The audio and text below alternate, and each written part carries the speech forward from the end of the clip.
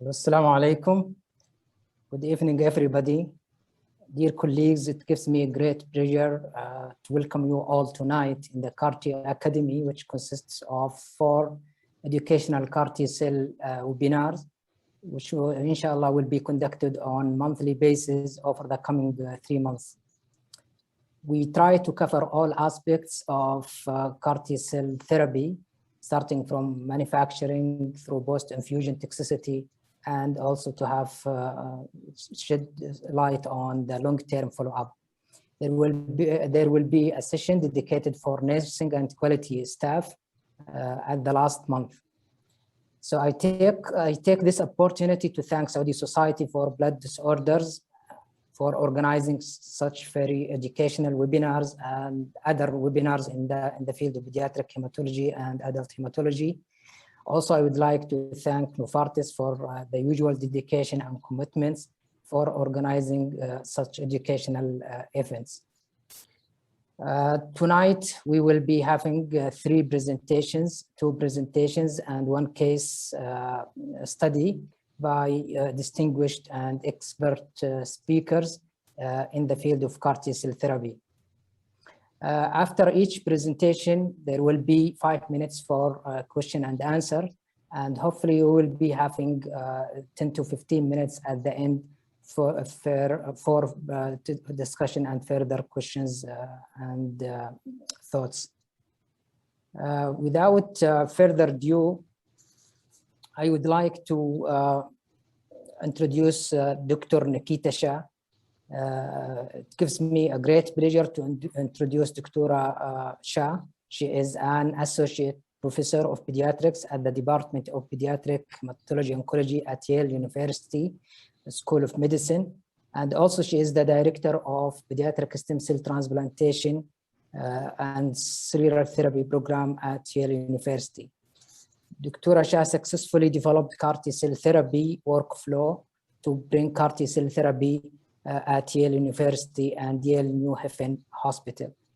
She has several international and national awards, and Prof. Shah is very active researcher and with heavy involvement in many clinical trials conducted by COG and CIBMTRs and other agencies and organizations. Her research activities resulted in several oral and poster presentations in prestigious meetings, and she has many publications. Also, she was invited as a speaker in many national and international symposia and workshops. Dr. Shah is going to present us tonight CAR-T cell therapy, the road from bench to bedside. So, Dr.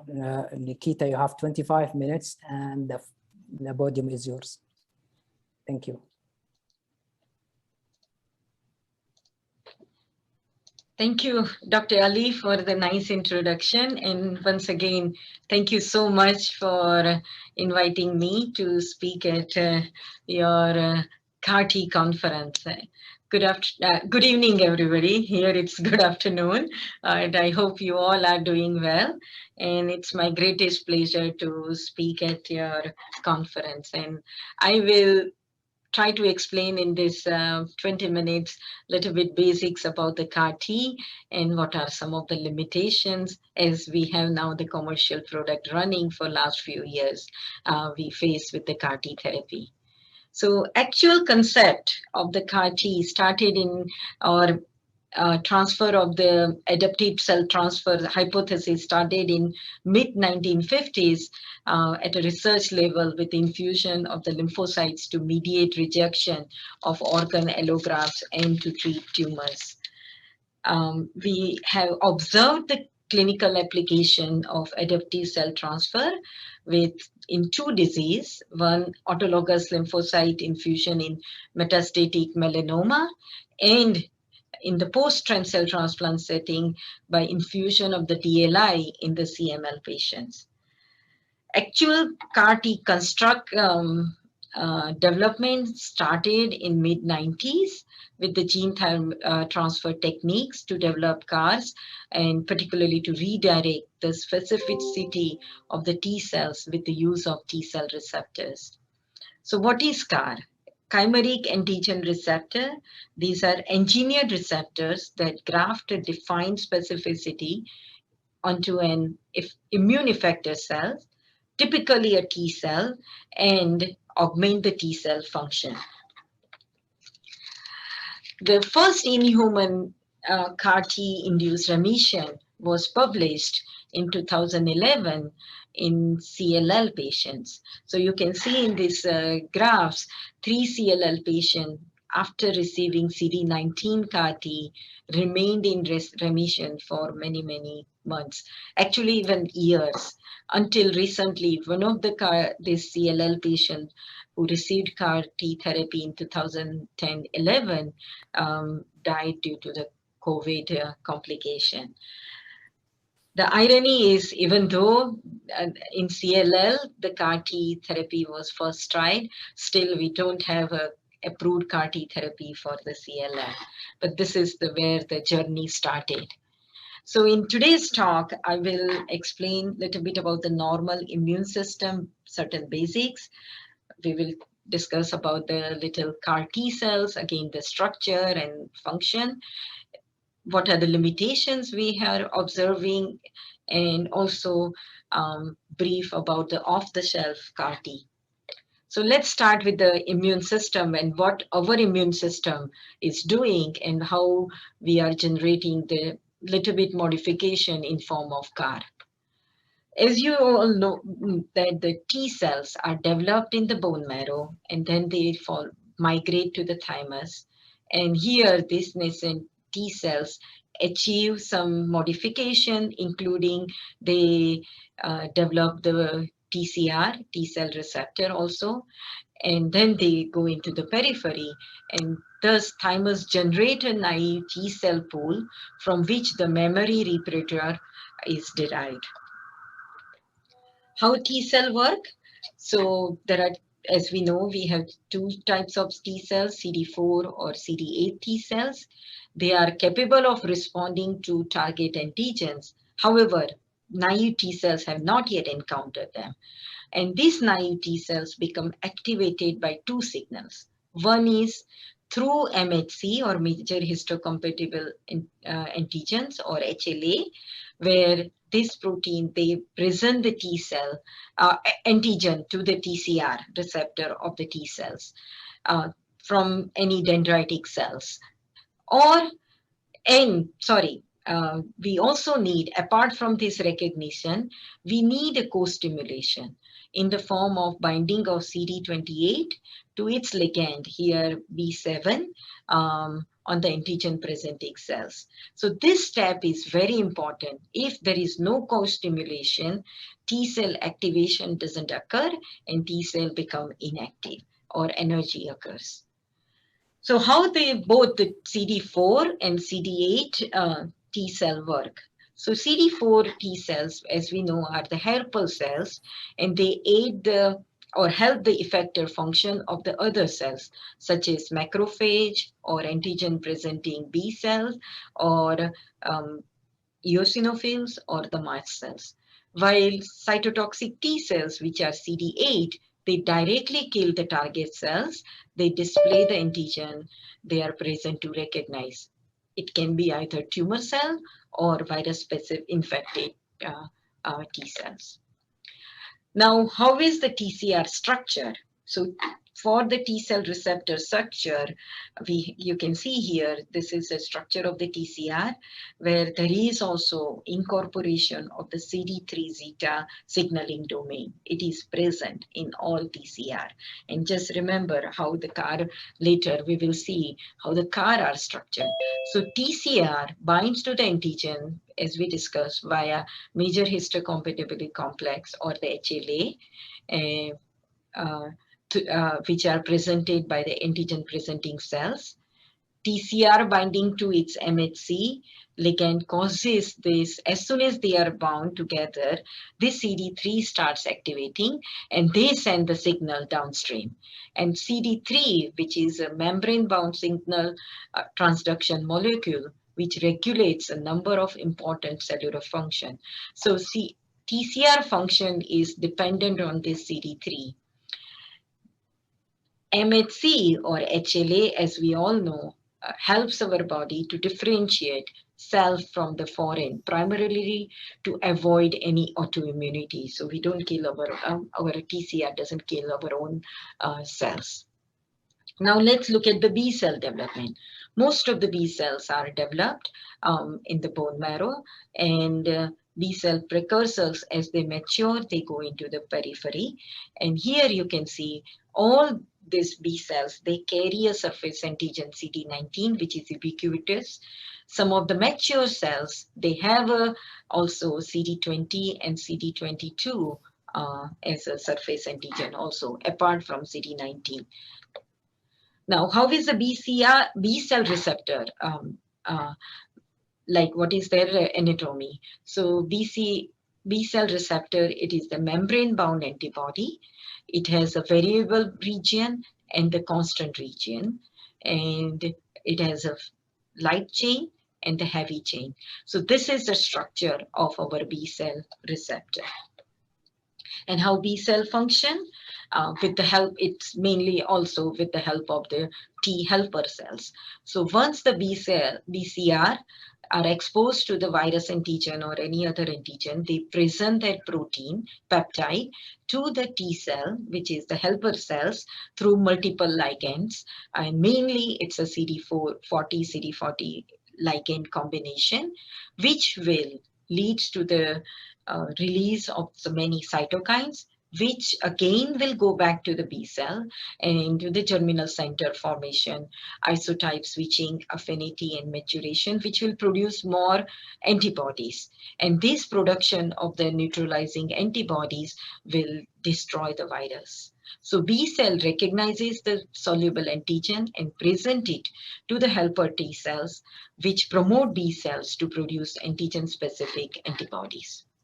So now this was our basic of the immunity. Let's see what is the difference created with when we develop the Karti cells.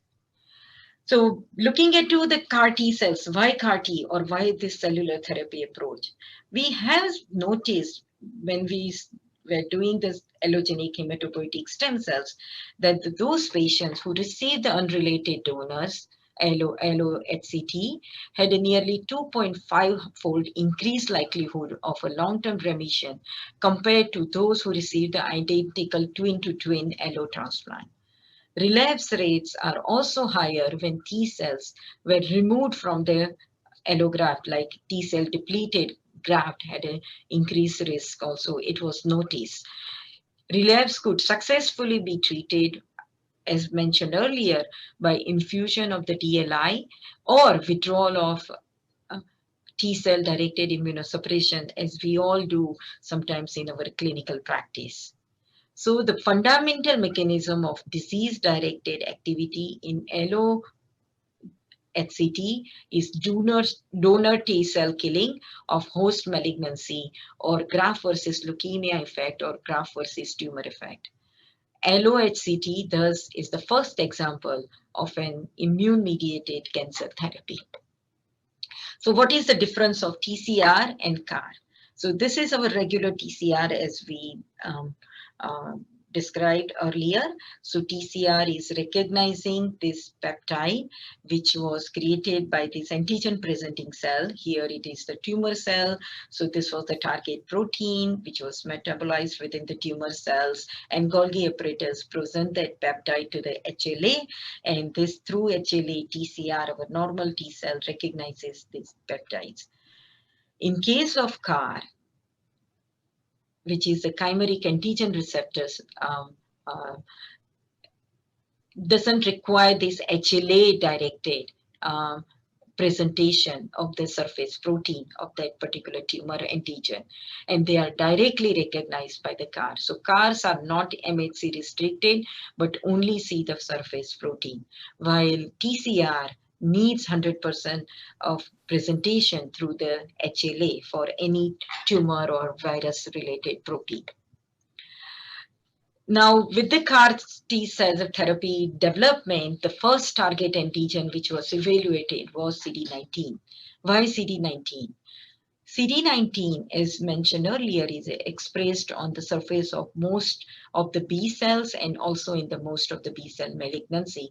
As you see in this pre-BALL, you will see CD19 is positive, or even the B cell lymphoma and leukemia you can see here. Antibodies against CD19, they inhibit the growth of the tumor cells, and some of the antibody-directed therapy we have already also seen in practice. CD19 expression, however, is restricted to the B cells and their precursor. It is not present in the pluripotent stem cells. However, with the B cell target, we will see, or the side effect which is expected, which is the B cell aplasia. So you can see here that multiple leukemias and lymphomas which are B cell origin, they have the CD19 target, and that's how this target was first evaluated.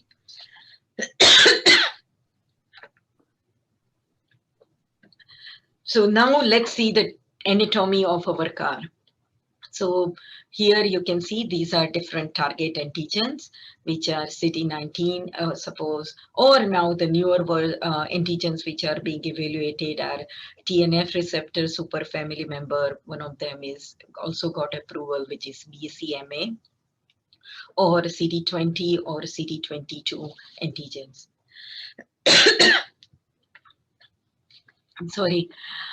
Then there is, in the CAR construct, there is an extracellular domain, which is the antigen binding domain, which binds with this antigen.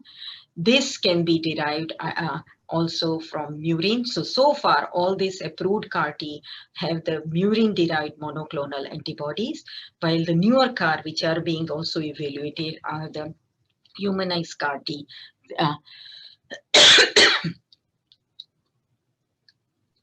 Then there is an extracellular hinge domain here,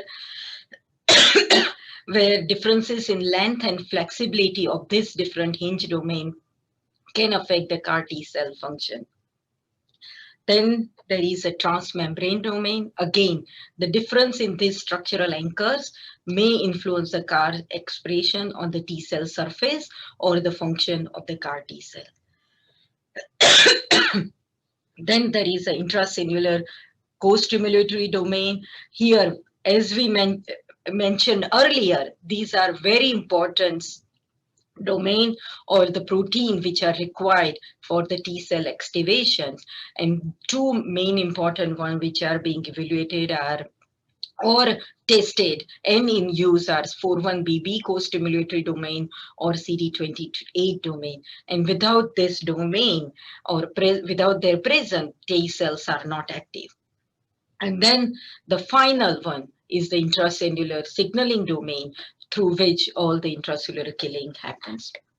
So how CAR Ts are created and how the killing of the tumor or the target cell occurs. So through lentivirus, the antigens are expressed and then the CAR Ts are created. So the chimeric antigen receptors are developed on the T cells, and they will identify or engage with the tumor antigen. Here in this case is the CD19, which will lead to the tumor cell death or the. So how this whole process works in reality, from the potential patient, we collect the T cells through the leukapheresis. These T cells are sent to the manufacturing site where through antibody-coated beads, T cells are activated and transduced and later on expanded. And afterwards, through the sterility process check, they are shipped back to the clinical site where patient receive the lymphodepleting chemotherapy followed by the modified T cell infusion, and that's how the whole process works. And then we observe the patient for the effect and the toxicity. Now, based on this initial structure of the CAR, there are multiple generations of the CAR T are developed. So let's again look at this, the basic structure of the CAR. So the CAR is usually the combination of this BCR part of this very light or the light and the heavy chain part of the fractional variable region of the BCR and CD3 zeta part of this TCR receptor. So when the first generation CAR were created, they just had this single chain fractionated variable region of the BCR, Hinge, transmembrane domain, and just the signaling domain. As mentioned earlier, yes, this CAR did produce a cytotoxicity, but because they were not having any co-stimulatory domain, there was no proliferation, persistent, or survival. So the initial cytotoxicity which was observed was mainly in the in vitro only. So then this second generation CAR was created, which added either CD28 or 41BB domain of the co-stimulatory region. And then with that use, we can see the proliferation, persistent, and the survival. Then there were also third generation CAR were created, which had another set of co-stimulatory domain. However, it has been observed that compared to the third generation CAR, which has this long co-stimulatory domain region, the killing or the persistence is not as effective as with the second generation CAR. So the second generation CAR are much more effective compared to the third generation CAR. And now there are multiple research and the clinical studies are ongoing where each part of the CAR are being evaluated with the different proteins or the different domains are being created so that to see that if we can find an effective CAR in our practice. So here with the binding domain, either you can change this single chain fractionable variable protein of the PCR part, maybe with the murine, which was in use with now the humanized CAR, with the use of the humanized single chain fractionated variable domain, or even just the nanobodies or the cytokines. Even the Hinge region of the CAR is also being evaluated with the different molecules, transmembrane domain, and the co-stimulatory domain, and also the activation part also is being evaluated with instead of the CD3 zeta. Again, each have their own pros and cons, but these are all studies ongoing, which can help us maybe with the future generation of CAR with a better outcome, with less toxicity and long persistence. And based on this earlier data in this decade, we have seen multiple Karti approval. Product came into the practice in US and also in the European field. And I see now you also have started doing the Chimeric for the CD19 CAR T cell therapy. That's really great. So these are all multiple products which have been approved. First four are for the CD19 molecule, and the last one is the BCMA for target for the multiple myeloma. And based on this CAR T cell therapy approval, there is a huge impact on the outcome of the hematologic malignancies. So since this ALL approval came, we are able to achieve over those patients, particularly who when we didn't have any option of curative treatment, we are able to get 80 to 90% success rate, and at 6 months, 60 to 70% success rate. And then similar success rate have been observed in the lymphoma and also in the multiple myeloma with the ide-cel approval, which happened recently for multiple myeloma. With this CAR T cell therapy, when they came into practice and also in the research labor, we saw that there are certain limitations, and we will just go briefly about those limitations. One of the main limitations is that the CAR T for which, the antigen for which the T cell have been created, there is an antigen escape. So there is a development of the tumor resistance to the single antigen targeting CAR constructs. So here you can see that the initial CAR was created to target this antigen on the tumor cells, but later on that CAR was, even though was persistent, didn't have that antigen to target.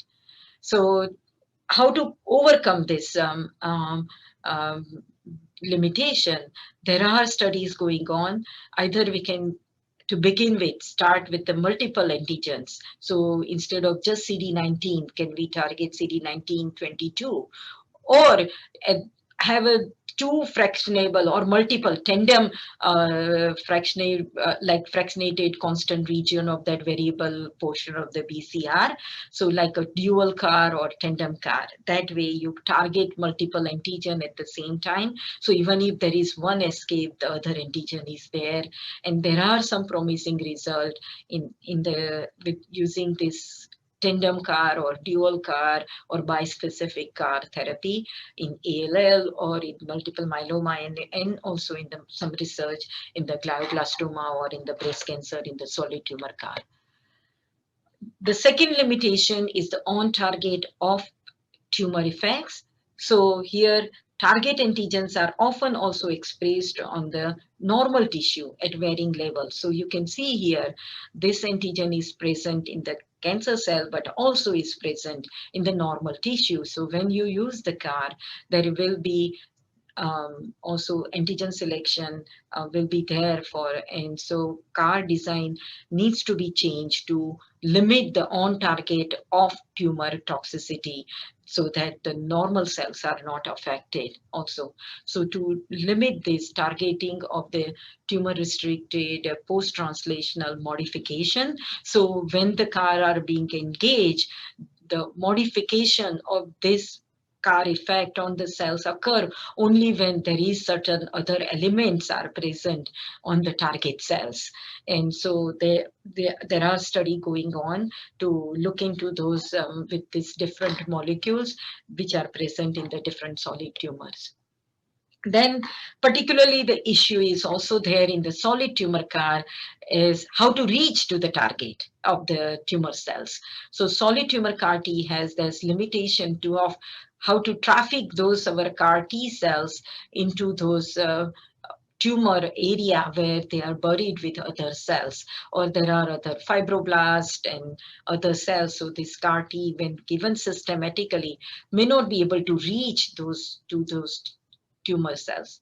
So how to overcome this? Can we just inject directly to the tumor area? So local delivery of the CAR T can be done, or this CAR T can have the enhanced penetration by adding some other elements like heparinase or fibroblast activation protein, which will dissolve this other physical barrier which are present in the tumor site, so that if you remove this physical barrier, you can have the CAR T reach to the cancer cells for the CAR T initiated killing. Also, there are, even though there is also sometimes there is apart from having the physical barrier, some of these stromal cells which are present, they itself secrete some of the protein which can also like the cytokines, chemokines, and the growth factors.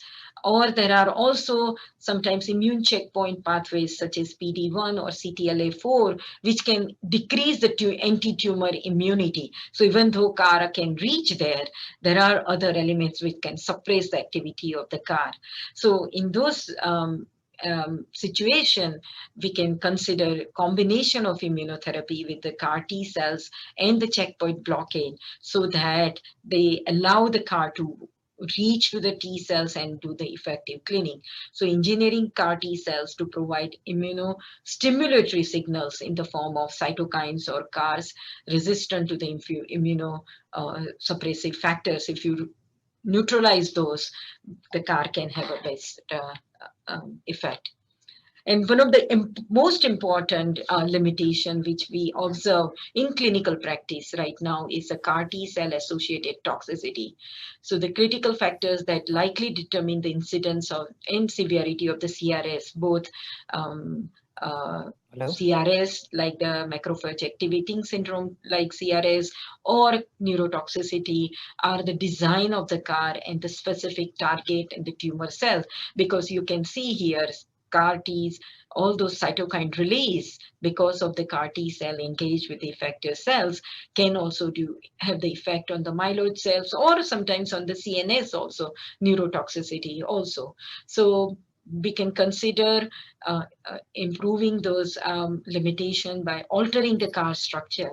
We have noticed that the 4-1BB has a co-stimulatory domain when it is added to the CAR-T structure, has a lower risk of toxicities, higher T cell endurance, a lower peak level of T cell expansion, and CD28 on the other side are associated with the rapid onset activity and subsequent exhaustion. So if you change some of the structure, either with the co-stimulatory domain, or you change the immunogenicity of the CAR, as mentioned earlier, start using the humanized antibody in fragment instead of the murine-derived CAR to decrease the CAR immunogenicity, and also the modify the CAR transduced T cells so that we can have less neurotoxicity also.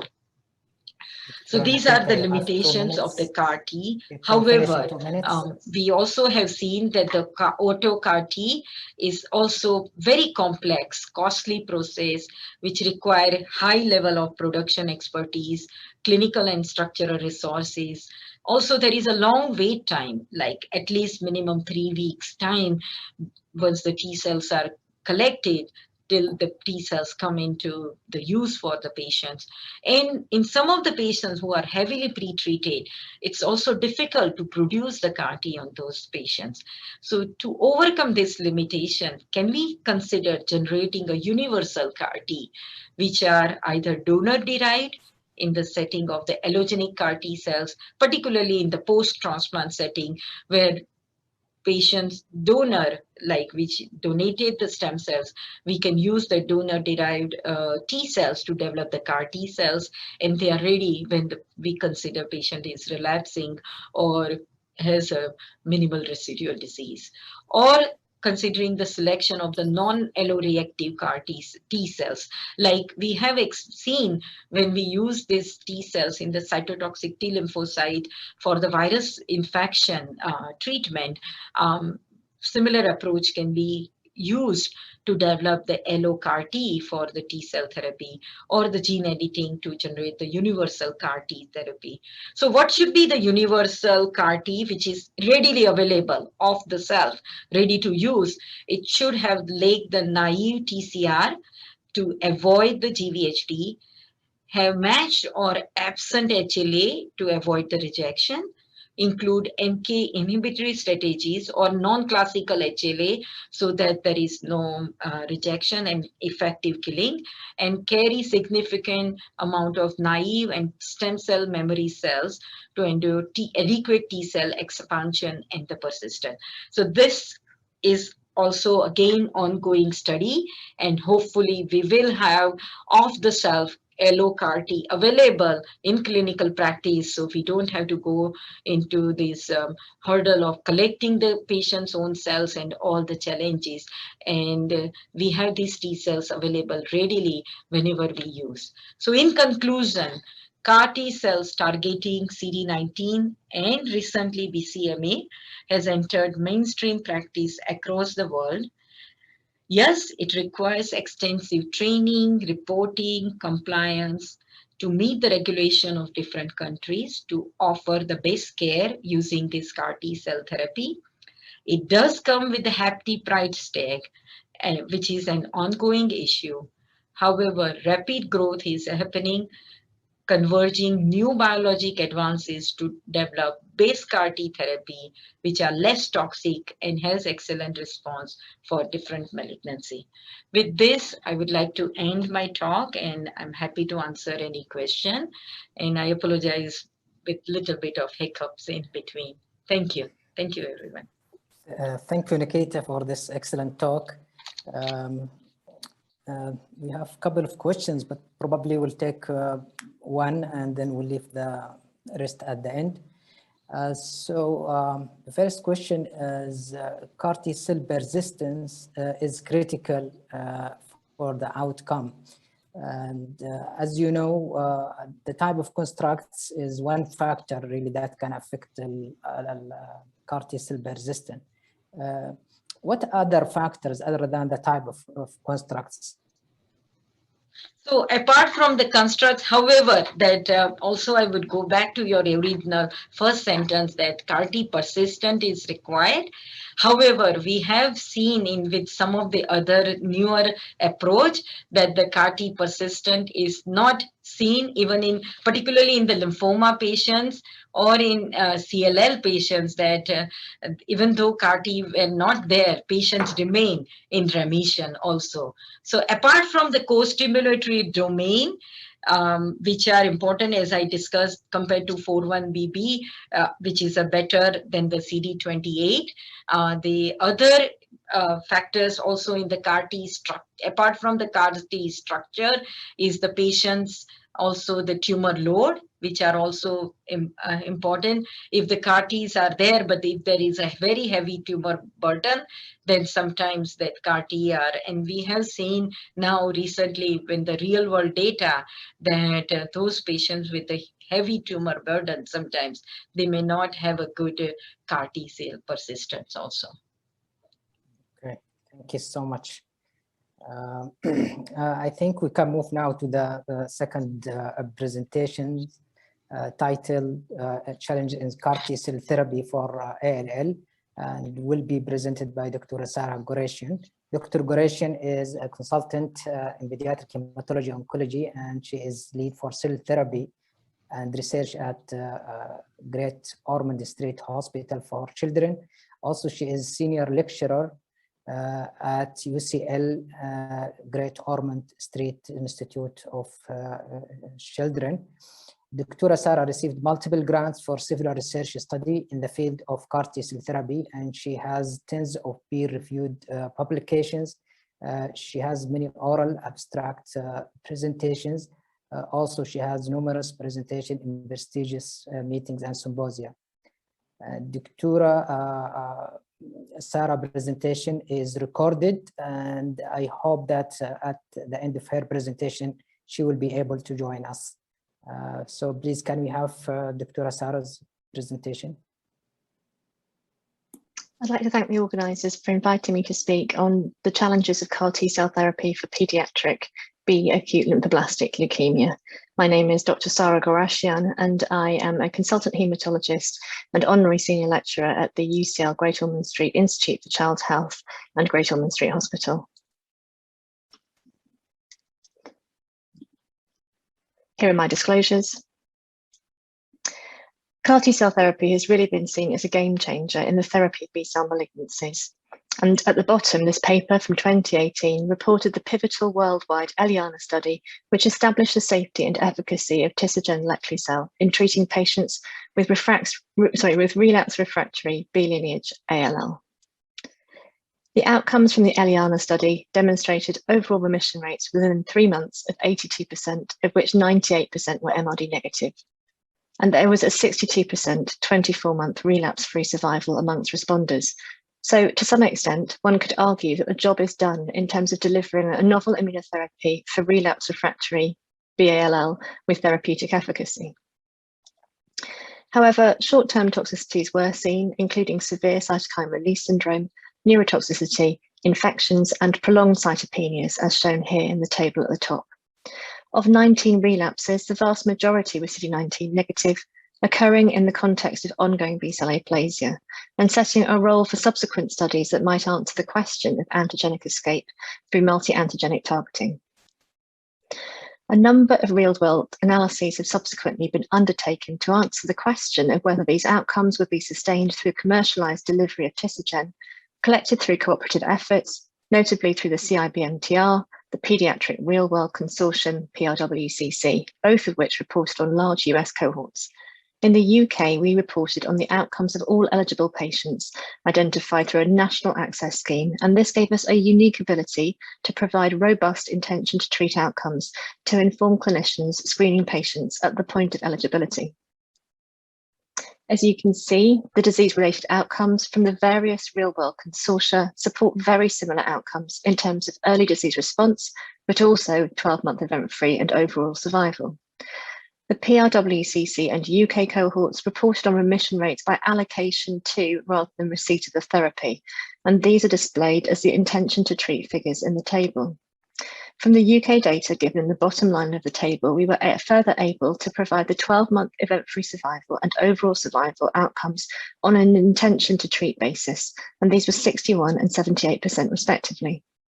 Since the majority of relapses occurred in the first 12 months on the Eliana study, this suggests that projected long-term outcomes from these real-world cohorts will also be favourable given the relapse refractory context of licensed Tcr delivery.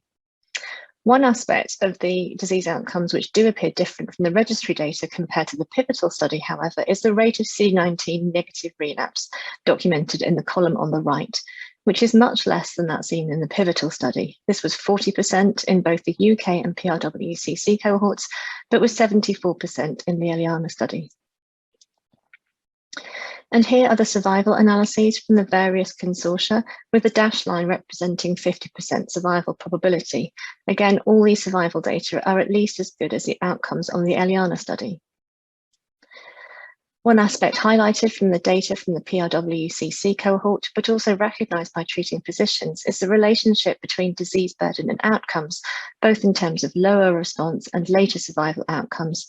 These data may reflect more refractory disease in those with high disease burden, which is likely then to be resistant to bridging strategies, and also that these patients are likely to have been more heavily pre-treated and have greater comorbidities, but are important data to consider.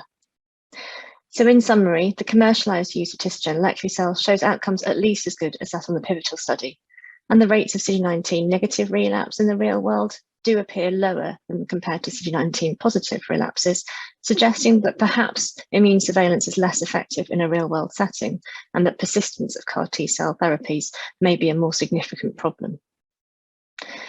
So certainly a challenge facing the field is how to mitigate toxicity. At UCL, a strategy we investigated was the use of a CD19 CAR with a lower affinity for CD19 than that of FMC63, which is a binder in Tcr. We hypothesize there may be functional advantages for CAR T-cells bearing the lower affinity CAR in terms of anti-tumour responses, with a lower propensity for exhaustion, and or that the toxicity profile may be ameliorated. We noted that CAR T-cells showed an improved proliferative capacity in vitro and in vivo, and this encouraged us to proceed to a clinical study, the CARPAL study. We enrolled 17 patients and infused 14 with a single dose of CAR T-cells. 5 out of 14 patients had a durable MRD negative CR and did not require any further therapy. 2 patients failed to respond. There was 1 CD19 positive relapse and 5 CD19 negative relapses, with no relapses after 12 months. The 12-month event-free survival was 54% and equivalent to that in the Eliana cohort. In terms of toxicity, although all patients had advanced ALL, there was no incidence of grade 3 to 4 cytokine release syndrome, and no tocilizumab therapy was administered. There was no significant neurotoxicity attributable to the CAR T-cell therapy. However, 1 patient did develop therapy-related leukoencephalopathy. These findings have also been corroborated in a sister study, the ALLCAR19 study in adults, and a global phase 2 study in adult ALL is now in progress, sponsored by the company Autolus.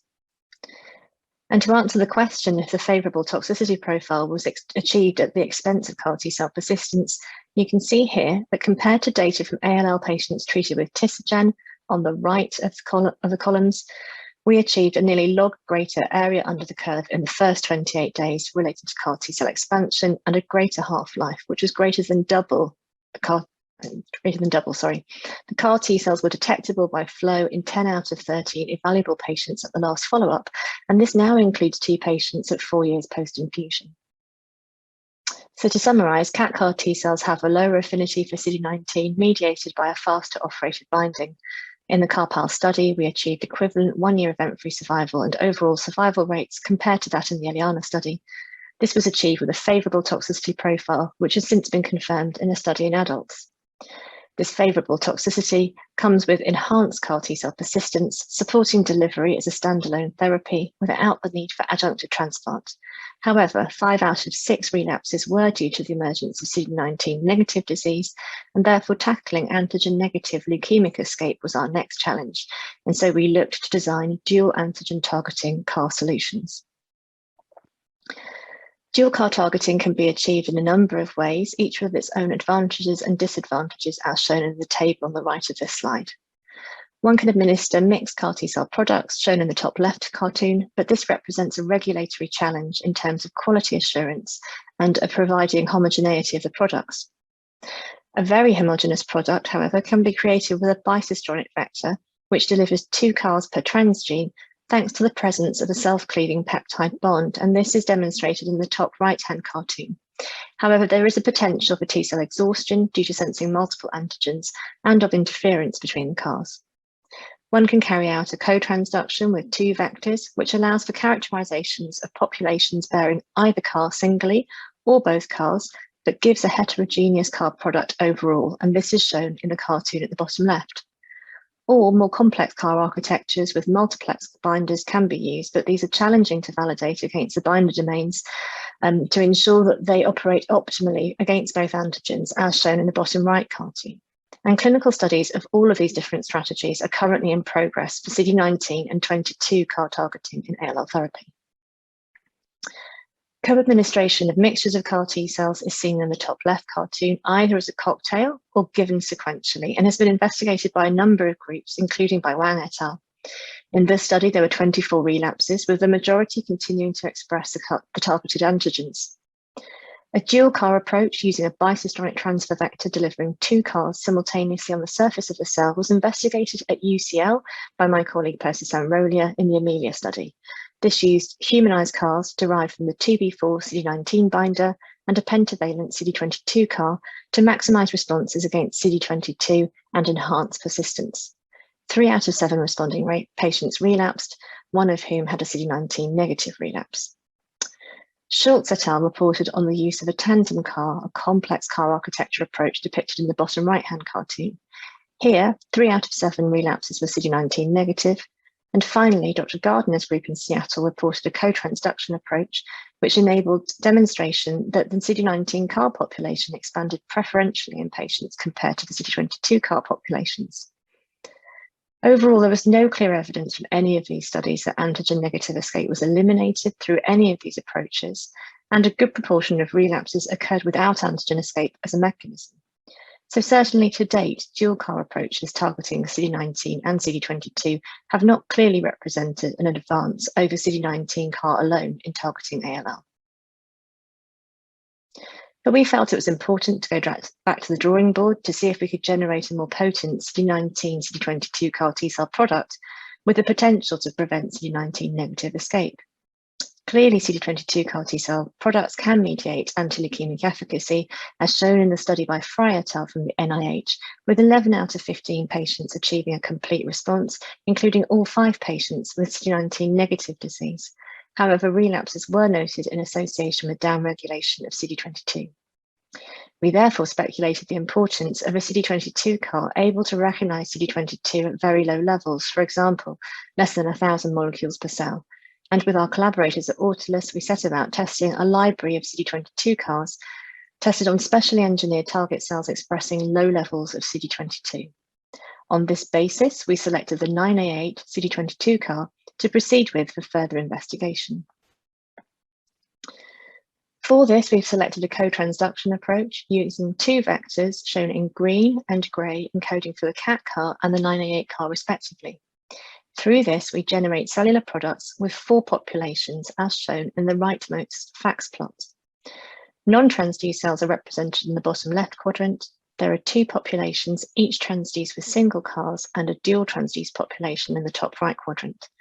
This approach ensures patients will have the benefit of therapeutic efficacy, as demonstrated by the CAT CAR, and in addition will receive CAR T-cell populations bearing the 9A8 CAR, which targets CD22.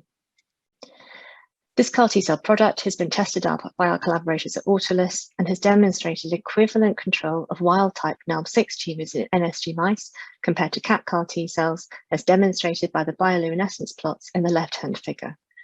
Further, only the dual CAR T-cell product was able to control CD19 knockout NALM6 tumours, as shown in the purple lines in the right-hand figure plot. We have therefore proceeded to an extension cohort of the CARPAL study in which patients will receive a CAR T-cell product dually transduced with both the CD19 CAT CAR and the CD22 9A8 CAR. Here are the characteristics of the GMP scale product demonstrating the full cellular populations and the memory phenotypes within these, and demonstrating early preservation of early memory subsets, as we saw in the earlier cohort that I presented. And here is very preliminary data from the first patient treated with the dual CAR T-cell product on the CARPAL study. He had very manageable toxicity. Grade 2 cytokine release syndrome was managed without the need for tocilizumab therapy. And interestingly, looking at the engraftment of the various CAR T-cell populations in his peripheral blood, we can see a 5-fold expansion of the CD19 CAR T-cell population in the top left-hand quadrants, but a 10-fold expansion of the CD22 single CAR populations in the bottom right-hand quadrants, suggesting preferential expansion of the CD22 CAR cells. But this trend needs to be borne out over time, as well as in subsequent patients. So in summary, for this part of the talk, dual antigenic targeting has the potential to prevent antigenic escape, but so far it's been hard to prove an advantage over targeting CD19 alone. And the early data from the expansion cohort and looking at expansion of the 9A8 CAR in patient 1 of the CARPAL extension cohort is encouraging with regard to targeting CD22. I'd now like to move on to consider the patients who are excluded from the ELIANA study, for whom the efficacy and toxicity profile of Tisagen therapy is unclear. Through the IBFM Resistant Disease Committee, chaired by Jean-Pierre Bouquin, myself, André Baruchel, and Elad Jacobi have collated data. Myself and André Baruchel collected data on therapy of children aged less than 3 years, and Elad Jacobi collected data from those with CNS leukemia or isolated CNS relapse. So looking at young patients treated with Tisagen Leukemia, we looked at outcomes of all children aged under 3 years of age at screening. We collected data from 15 centres. The cohort comprised 30 patients screened for therapy with Tisagen, of whom 4 were not infused, in 2 cases of which this was due to manufacturing failure. Here are the patient characteristics. They all had advanced disease, 80% had MLL rearranged leukemias, and 70% had a prior transplant. Here are the survival curves. The median event-free survival was not reached at a median of 14.5 months. Follow-up. The complete response rate was 96%, and of 25 patients responding, there have been 5 relapses, with a CD19 negative relapse of 40%, which again is consistent with the UK and PRWCC real-world consortia data that I showed you earlier. These disease-related outcomes are therefore comparable to the ELIANA cohort and support efficacy in this group. Further, though there hasn't been time to share the data here, the toxicity profile was favourable compared to the ELIANA study cohort and in line with real-world data, suggesting that Tisagen is as beneficial in this age range as it is in the older children. For patients with CNS leukemia or isolated CNS relapse, data on 27 patients was collected and presented at ASH last year. 12 patients received a CD28 containing CD19 CAR, and 15 patients received a CD19 CAR product expressing a 4-1BB co-stimulatory domain. Here are the consort diagrams showing the outcomes for these groups. For CD28 CAR T-cell recipients, 11 out of 12 attained complete remission, 9 were transplanted, and of these there were 2 further relapses. For 4-1BB CAR T-cell recipients, 13 out of 15 attained a CR, none were transplanted, and there were 4 subsequent relapses. There was a significant incidence of any grade ICANS or cytokine release syndrome, and this was higher in recipients of a CD28 containing CAR. The presence of CNS leukemia prior to lymphodepletion was also associated with a greater incidence of ICANS. So to summarise this part of the talk, Tisagen leukemia outcomes in children with relapsed refractory infant ALL are very encouraging. Whilst longer-term follow-up would be helpful, this data would support the use of Tisagen in this setting, both in terms of efficacy and toxicity. use of CD19 CAR T-cell therapy, especially CD28 containing CARs in patients with prior CNS involvement, can be associated with a higher incidence of ICANS. However, long-term remissions were noted in this patient cohort, both with and without adjunctive transplantation. So to conclude and to summarise the status quo, a lot of work remains to optimise CAR T-cell therapy for paediatric ALL. There remain further questions about the best way to deliver this therapy in terms of the role of stem cell transplantation, both in terms of an adjunctive treatment on all patients or only in those patients showing short-lived CAR T-cell persistence. The survival curves of those undergoing stem cell transplantation following CD19 CAR T-cell therapy in the NIH study of a short persisting CAR demonstrated an excellent event-free survival for those undergoing transplantation. But further randomized control studies are really needed to fully answer this question in matched cohorts. A further question is about the optimal phasing with other relapse therapies such as blinatumomab, given concerns raised at ASH that outcomes may be poorer for patients receiving CD19 CAR T-cell therapy after blinatumomab and subsequent publications. However, these data are compromised by retrospective data collection, and well-designed prospective and ideally randomized or carefully controlled studies will be needed to remove confounders such as more advanced disease status or comorbidities. At this point, I'd like to thank you for listening. I'd also like to thank my collaborators from the various groups I've mentioned, including the UK CAR-T ALL Consortium, the IBFM Resistant Disease Committee with collaborators Ella Jacobi and Andre Barachel. I'd like to thank my close mentors and collaborators, Professor Samrolia and Martin Pule, in relation to the delivery of the CARPAL study, as well as UCL colleagues Claire Roddy and then members of Autolus who have delivered the 9A8 work and collaborated to define the characteristics of the CAT-CAR. I'd also like to thank the clinical teams and the investigators at Gosh, UCLH and Manchester who've delivered the CARPAL study, our funders and their patients, and their families, without which this work would not be possible. And I'm very happy to answer any questions.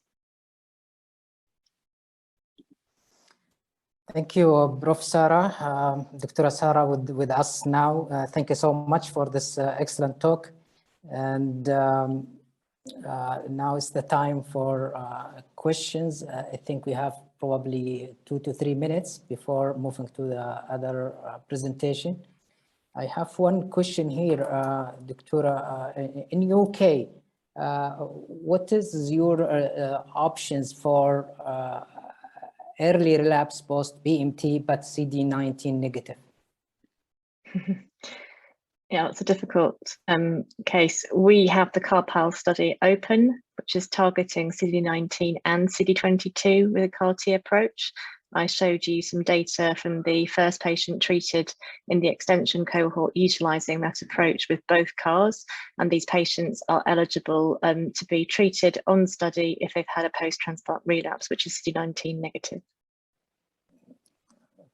But you have, that's in the UK, of course. Yeah, you have active clinical trial in UK. Did I understand? Now it's ongoing. Okay. Correct. The CARPAL study. Yeah. Okay. Thank you so much. And the other question: what are the indications for stem cell transplantation post CAR T cell, apart from infantile ALL and positive MRD? Was there any other indications? We don't routinely transplant anyone following CAR T-cell therapy with Kymriah on the basis that there is ongoing persistence, and we've demonstrated both in relation to delivery of Kymriah, but also in our clinical studies of long-lived persisting CAR T-cells, that this can be sufficient as a standalone treatment. So unless we have patients with really high-risk disease characteristics who also show evidence of lack of persistence of CAR T cells, we try to avoid an adjunctive transplant because of toxicity reasons. And in general, in the UK, we have been able to manage that. As soon as a patient shows evidence of loss of CAR T persistence, we fast track them for stem cell transplantation, having worked up a donor if necessary to make sure that's feasible. Even for those positive MRD at day 28 or subsequent time points? Yeah, I consider them a treatment failure. If there's MRD positivity, we would consider that a treatment failure, and they would be fast-tracked to further therapy plus transplant as needed. So if their bone marrow MRD is greater than 10 to the -4, we would give further therapy in that context. Okay. And the same thing for infantile ALL? Yes, in the UK we've treated, I think now, well, I put 6 patients into that cohort that I showed in my talk. We've treated further patients since then. We don't routinely carry out adjunctive transplants. I know that one patient in Switzerland did go on to receive an adjunctive transplant purely on the high-risk features of their disease pre-Karti. But in the UK, as I say, we've treated a cohort of 6 on the study, 6 within the retrospective data collection that I showed you, and a further couple since then. And in general, we've been managing them without adjunctive transplant. We have had failed CAR T-cell persistence, and in that context, we have instituted maintenance treatment, and that's been a really good strategy in at least 2 infants to date, both of which had very high risk characteristics, and both of which remain in remission with a median follow-up of about 12 months. Okay, the next question is, was there any preferred percentage of blast prior to T-cell collection? In other words, was there any factor of the percentage of blast? Does it affect the production? So if we have circulating blasts, we will still collect T cells as long as the T cells have a good numeric number. So if there's more than 150 T cells per microliter, we will attempt to harvest that patient, as long as the peripheral blast count is less than ideally 10, 20 times 10 to the 9 per liter. We are concerned that if the majority of the cells in the bag are blasts, then there's a possibility for uptake of essential nutrients, cytokines, and also the possibility that you could transduce a blast with your CAR, and that would then be a problem potentially for disease control in the future. So we try to avoid gross disease, certainly with an escalating white cell count of more than 10 to 20. But if they're below that level and the T cells are numerically adequate, we will still collect, and have been able to successfully collect in that context. Okay. And the other questions, how far we are now close to be successful in case of T-cell ALL CARs compared with B-cell ALL? Well, I think there's been some very exciting data from Chinese groups, and also the Baylor has a CD7 CAR approach. These CD7 CAR approaches are looking very promising, and it's clear that you can, after CAR T-cell therapy targeting CD7, you can have a CD7 low or negative T-cell, endogenous T-cell population, which seems to grow out and can protect the patient from ongoing infections, perhaps abrogating the need for an adjunctive transplant that we all thought would be necessary following CAR T-cell therapy targeting CD7. So there are some exciting CD7 CAR approaches, sometimes with modification of the T cells so that they themselves are not susceptible to CD7 targeting. But those studies have been presented in various international conferences, and their data really are exciting, particularly since adjunctive transplant is not necessarily mandated. Mm-hmm. Okay, I think we are a little bit behind, so I would really move to the second session, which is case study, will be presented by my colleagues, Dr. Ibrahim Al-Khumlaz. He is a consultant and head section of leukemia lymphoma at King Faisal Specialist Hospital, and he is the director of pediatric stem cell transplantation fellowship program. And also he is assistant professor at the College of Medicine at Al Faisal University. Dr. Ibrahim, the podium is yours. Thank you.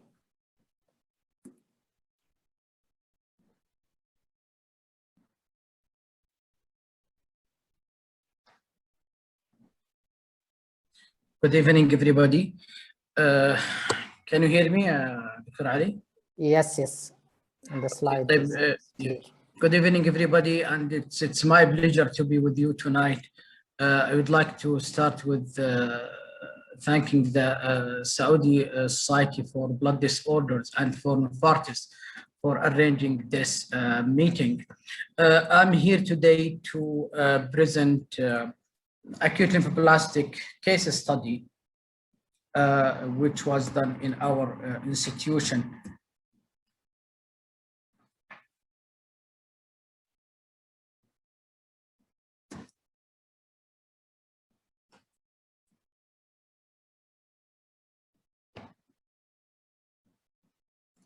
Can you see my slide, Dr. Ali?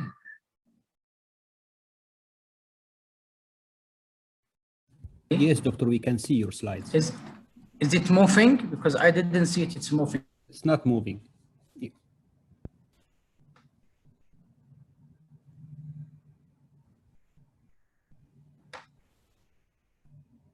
No, okay, so now it's moving. So we are proud at King Faisal Specialist Hospital Research Center in Riyadh to have Karti cell introduced in our institution after a sophisticated efforts and long journey headed by Dr. Ali Al-Ahmari and the multidisciplinary team with him, and with support of the hospital administration. We achieved our goal and we started this program in our institution. And I'm happy here to share with you the first case of Karti cell in our institution. So this is a 13-year-old boy. He's Saudi. He was diagnosed as case of B-cell ALL and referred to our institution for commercial Karti cell therapy on October 2020. His initial story started back in August 2012, where he was diagnosed with B-cell ALL. Standard risk that time, CNS was negative with no testicular disease. He was started on the COG AALL0331 protocol, which is the standard risk protocol. He completed the chemotherapy on July 2015. He remained around 4 years doing well with no evidence of the disease.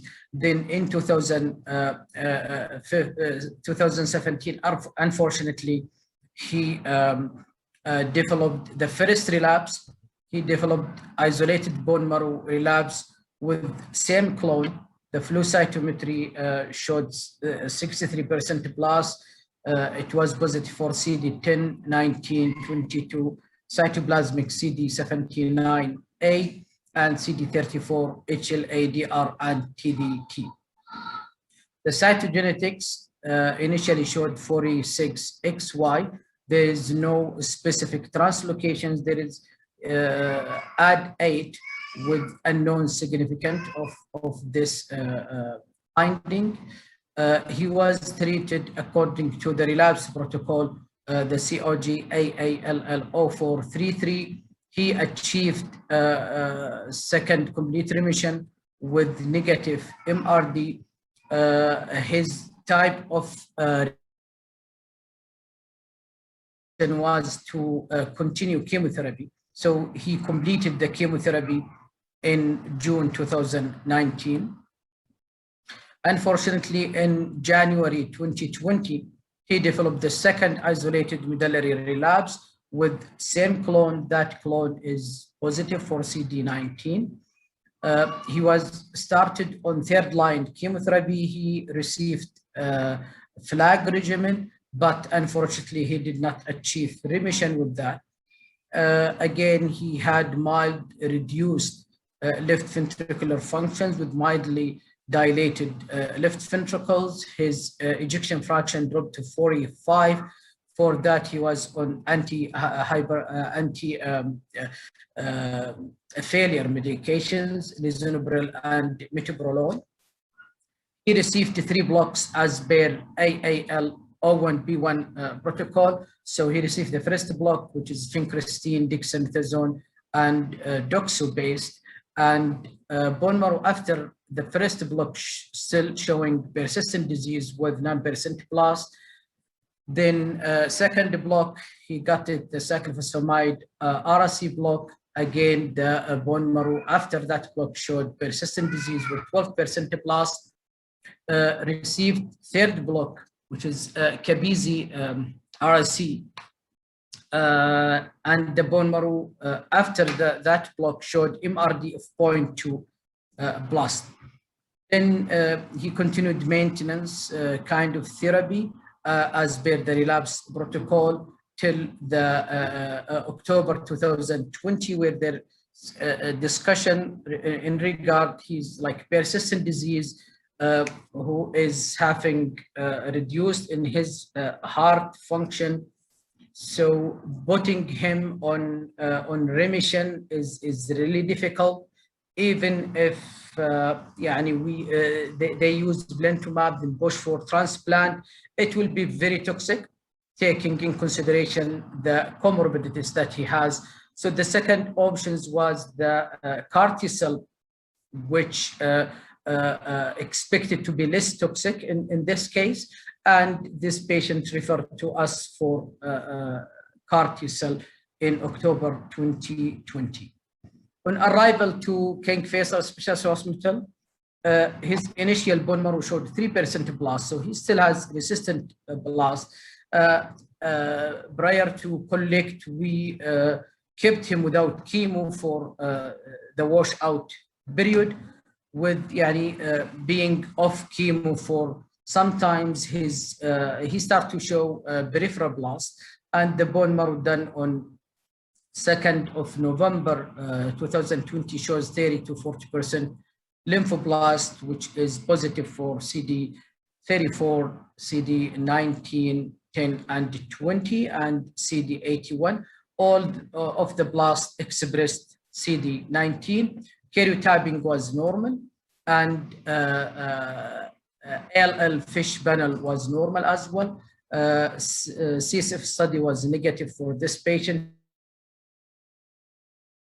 Mildly dilated left ventricles with ejection fraction of 41. Karti cell workup was started, namely the ophthalmology consultation, audiology assessment, pulmonary functional test, and dental clearance. Then the following issues were discussed with the family in details, and we obtained the written consent from the family. These points is really important to explain in very easy way and understandable way for the family. We discussed with them the Karti cell therapy concept, manufacturing process, including the genetic modification using the lentivirus and expansion, starting material and apheresis procedure, the need for GAM-CAT insertion under general anesthesia and potential complications of apheresis, the need for bridging chemotherapy to control the disease after apheresis, and T-cell collection was discussed with the family. Then the need for the lymphodepleting chemotherapy prior to the Karti cell infusion, the potential complications post-Karti cell infusion, including allergic reactions, cytokine release syndrome, neurotoxicities, infections, pancytopenia, cardiomyopathy, and multi-organ failure and death. All of these points is explained to the family. The high possibilities of ICU admissions and the probability that he may need mechanical ventilations also explain. The long-term status of hypogammaglobulinemia and the need for IVIG replacement therapy for long-term is explained as well. The risk of Karti cell manufacturing failure, post-infusion expansion failure or loss, post-CAR therapy risk of disease recurrence and second malignancy, also explain the possibilities for the need for stem cell transplantation post-Karti cell as consolidation in case he has still positive MRD was explained as well. The need to wear the Karti cell patient wallet card all the times and to be presented to the healthcare provider at any time he seeks medical attention. The need for long-term follow-up up to 15 to 20 years, as it is considered gene therapy, and the need for monitoring for insertional oncogenesis. So after obtaining the consent, the family was agreed to proceed with the Karti cell therapy. So we start our preparation. The patient was admitted electively for GAM-CAT insertion and apheresis. GAM-CAT was inserted on 4th of November. Then the following day, he underwent the first apheresis session. The dose was not enough. Then he underwent another collection on the following day. So 2 apheresis sessions were done for him. The product was shipped to USA for manufacturing, and it took 4 weeks to come back after manufacturing. So the challenge here is how we control the disease waiting for arrival of the Karti cell product. As I mentioned earlier, the patient has peripheral blast and his marrow is still showing 30 to 40% blast. So he got kind of low intense chemo. We didn't want to give him heavy chemo that may lead to comorbidities and increase the risk of relapse of the infections. So he got 1 block of cyclophosphamide etoposide with maintaining him on IT methotrexate to prevent CNS relapse. Then we continued him on maintenance chemo with vincristine 1 dose and dexamethasone for 5 days and 1 week of 6 mb. After we received the Karti cell back from state, the patient was admitted for Karti cell therapy on 12th of December 2020. Then he was started on cytoreduction chemotherapy with cyclophosphamide and fludarabine for 4 days. Karti cell Chimeric product was infused on 20th of December 2020. This day is very distinguished day for us. This is the day of first Karti cell in our institution and in our country and in our area as well. So he got the infusion on that day. A few hours later, he spiked fever and developed hypotension, not responding to IV fluids. He got 3 boluses. He's not responding. Then the patient was shifted to ICU. Initially, we infuse his Karti product in the regular flow. With our assessment, he developed CRS grade 3. Then he, after transfusing him to ICU, he received 3 doses of tocilizumab. Then started on low dose Fasipazole for 3 days. He got 4 doses of dexamethasone. Then there was no evidence of tumor lysis and no evidence of neurotoxicities. He responded very well to the tocilizumab, and he became off inotropes, and he became afebrile. Blood culture was negative. He was maintained on antibiotics as part of febrile tropenia protocol. Then after stabilizing him, he was transferred back to the floor and kept in the hospital for observation till day +14 post infusion. Then he was discharged in good condition. Then after discharging him, we closely monitoring him as outpatient. He's coming regularly to the clinic every month. Bone marrow aspiration on day 30th was negative and showed, alhamdulillah, negative MRD. Repeated again day 60, then day 90.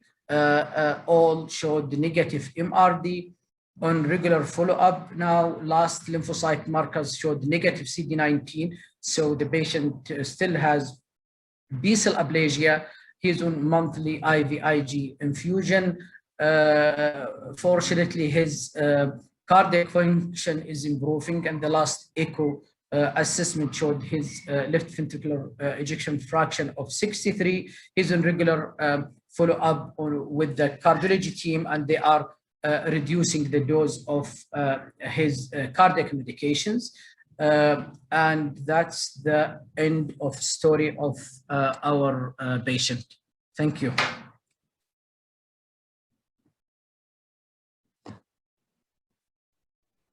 Thank you so much, Dr. Ibrahim, for this nice presentation and a nice summary for this case.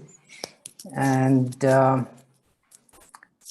now, is there any questions regarding the case? Nikita, we'll start with the speakers. No, this is excellent. I look at the journey. I think this child was an ideal candidate for the Karti.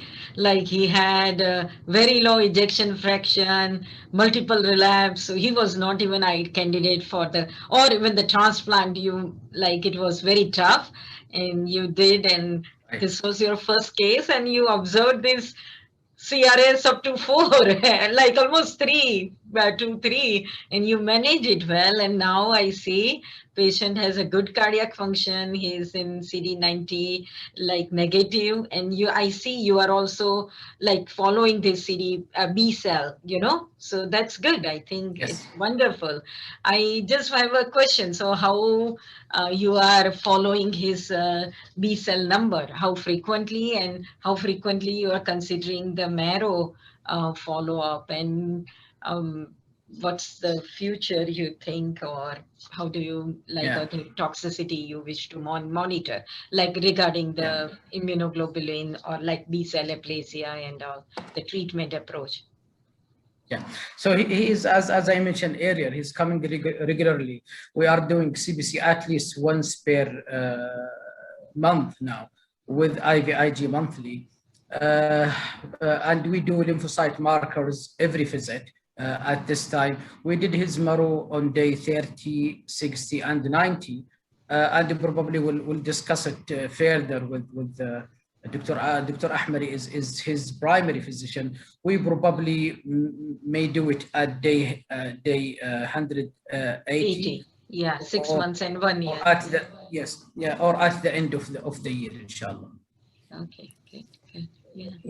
Yes, Nikita, because this patient initially he was having neutropenia. So when we did the bone marrow at day 28, they will not be able to comment about the MRD. That's why we repeated that at day 60 once the neutropenia recovered. Otherwise, ideally, as you mentioned, 1 and at day 28, 3 months, 6 months, and at 1 year. Yeah. No, I think that's and so usually if they cross the 6 months, that's what the experience, then the success rate, the curve will remain the flat. Yes, I have seen some late, like day 30, like 30 months or something relapse, but the chances are very less after 6 months, of coming back of the disease. So because if you see the curve of this Ileana trial, or it remains flat after 6 months. That's all. Now exactly 7 months post-infusion. Yeah. Oh, so that's good. Yeah. So we exceed the 6 month now. Yeah. So, and Nikita, on the same line, what other tests you are doing to monitor Karti cell persistence? Are we doing flow cytometry or PCR for CARs or no? So I was going to explain you my first Karti experience when I was reading. I had that, it was 3 years back, my first Karti experience, when that patient had almost similar multiple relapse ALL, and we did take him for transplant. Yes, he had got one Blina course before.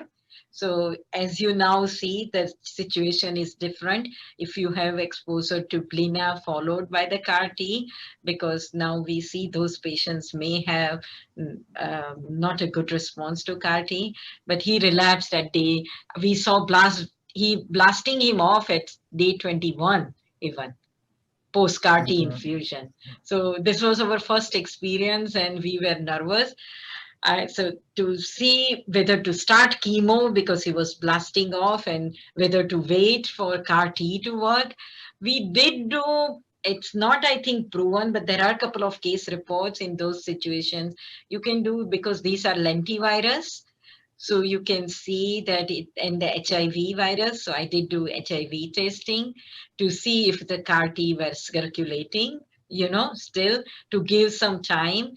That was where just when you are worried immediately post Karti or something, but it's not a standard of care. So, but in that patient, we did see at around day 21, some HIV was like those lentivirus was positive, like at in-house. And then at day 28, he was negative and he was blasting off. So it was a failed Karti experience for us. So in those situations only we do that type of test, but right now we don't have any other facility to see how to monitor this Karti persistence or Karti circulating, apart from this B cell, which you are already doing, you know, lymphocyte subset and monitor the B cells, and then just the MRD from the bone marrow at your time interval, which you are doing.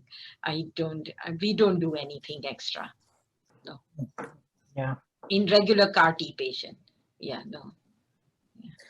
Okay, thank you. I have a couple of questions here, mainly on covering outpatient as well as referral.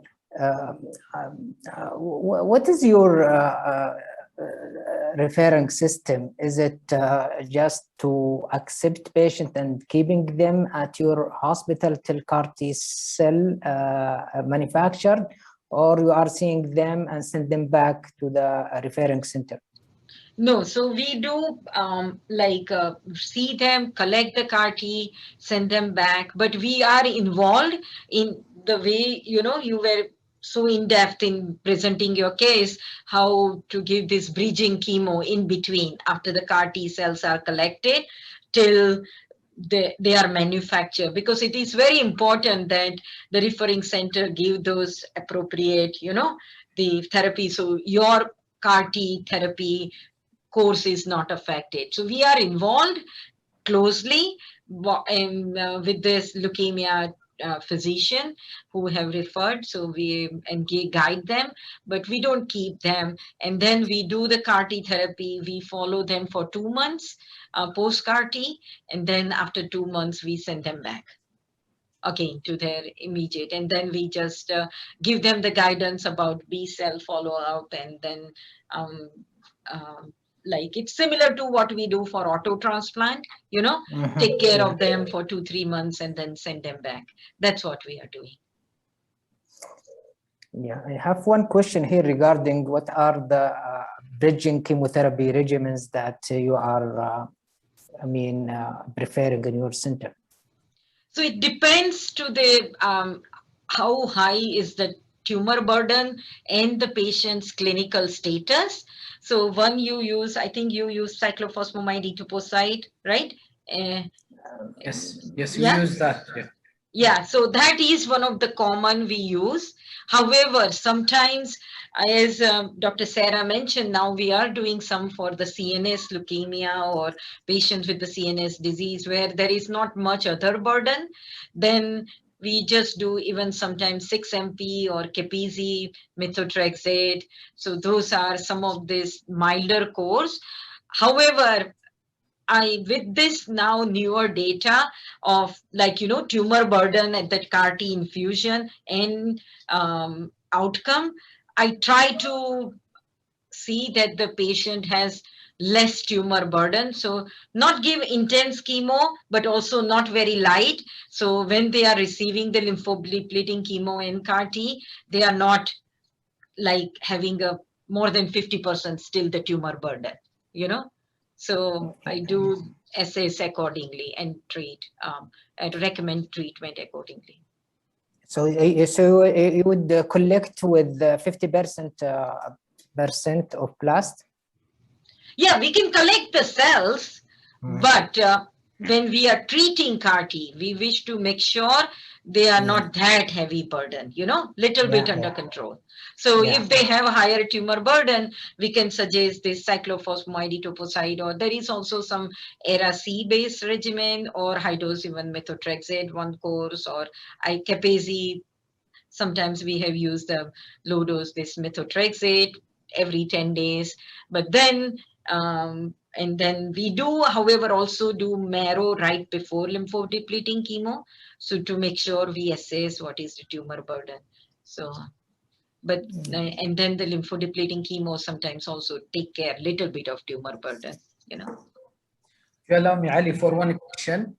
Yes, go ahead, please, Brian. Yeah. Do you have cut-off count level for the lymphocyte counts to do the collection? What's the level? Yes, yeah. So we do. So we need to have a total lymphocyte like count at least more than 500, 600, and then we do check the CD3 more than 150. So either of them are fine, but most of the time we are able to manage. Yes, sometimes it has delayed, like my last Karti collection I did 2 weeks back. Patient CD3 lymphocyte count was also in the range of 400, and the CD3 was just 120, and I had to reorganize. So every week I was delaying it, you know. So that is, yes, because, and particularly you will see a challenge, those with the heavily pre-treated, you know, you will see little bit of challenge with collecting the cells. Yes. Nikit, I have one question, but probably you answered that from Dr. Manjumi. I'm sure you know Dr. Manjumi. Yes, hi. How did you evaluate MRD? Is it by flow cytometry or PCR? But I think you are not doing that. No, we are doing mainly PCR, flow cytometry only, but we have now some of the centers, we do send the PCR, but we are not utilizing it routinely. Some of my study patients, we do the PCR, but most of this Karti I have done mainly by flow cytometry. Yeah, so flow cytometry is the routine for us. Yeah, he meant MRD. I thought he's meaning CARS monitoring. So it's by flow. Yeah, so like our MRD is by the flow, but the PCR, like the nuclear MRD, like the genetic testing, we are not doing routinely. That's what I was mean to, like okay. clonal survey, clonal evaluation, direct DNA testing for the MRD. Yeah, I have another question here. What is the future of CAR-T therapy regarding other hematological and solid tumor? I think you have just shed some light on during your presentation, but if you can elaborate more. So yes, that is ongoing. So as Dr. Sarah mentioned about the T-cell leukemia, there are also study open here for the AML, which is also one of the very challenging because of this close to the stem cell. But there are some ongoing study for the AML. Lymphoma, as we all know, NHL, it's there. And from the solid tumors, from pediatric point of view, we have some study open for the neuroblastoma, glioblastoma, multiforme, even synovial sarcoma and the rhabdomyosarcoma also. They have some CAR-T study ongoing. I don't know, however, when they will come into practice. And there is also ELO-CART, UCART study is also ongoing for the universal CAR-T. I think that may change the scenario, like the challenge we see with the collection of the patient cells and all, and time for the production. So hopefully in next few years, we will see more CAR-T product coming in, and we may do less BMT than the CAR-T in our hematological malignancies, I think. Yeah, I think this is the future. One question here: how many CAR-T cell patient infused in your center, pediatric? So in the pediatric, we have infused more than 15 Karti here over last few years. And hopefully we will, because now we have also the study open through the COG that, as I don't know if you know, there is a children's oncology group study with Novartis where we are randomizing those with the MRD positive disease at the end of consolidation. They will be randomized to CAR-T versus transplant. So that will increase our number. So we may be doing more CAR-T because that study will also, I think it will help us to bring the CAR-T in the upfront setting rather, you know, challenging the patients with the long-term chemo or maintenance chemo or even transplant. Last question that I have here, how do you manage CAR-T related HLH? We just follow our ASTCT grading algorithm for the treatment, and we haven't experienced any actual like HLH type. We have CRS type, whatever is mentioned, and I think one of you, we had classic like your CRS on many patients, or even some of them with the neurotoxicity. And we follow just that ASTCT newer guidelines with the grading. I think that's perfect. And we trained our PICU team and our HEMONC and BMT team, so we are able to make sure everybody knows and we can act right away. Okay, so I think we have done all the questions here. Any question, Dr. Ibrahim? Thank you, Ali. So thank you so much, Dr. Nikita, and really appreciate your time being with us till the end. Also, Dr. Sarah, she left. I would like to thank her also for joining in this very nice meeting. I think it was very excellent presentations. All of us, we have benefited from the speakers and from their experience. And I think we will be having on monthly basis CAR-T related webinars. So next webinar will be conducting at the end of July. So at the end, I would like to thank SSBD for organizing these excellent events. And also I would like to thank Novartis for their commitment in organizing this scientific and educational webinars. And at the end, I would like to thank you all for joining us and all participants for their interactions, for their excellent questions. And have a good night, everybody. And have a good day, Nikita. Thank you. Thank you. It was really nice seeing you, and thank you for inviting me. All the best. Thank you so much. Thank you.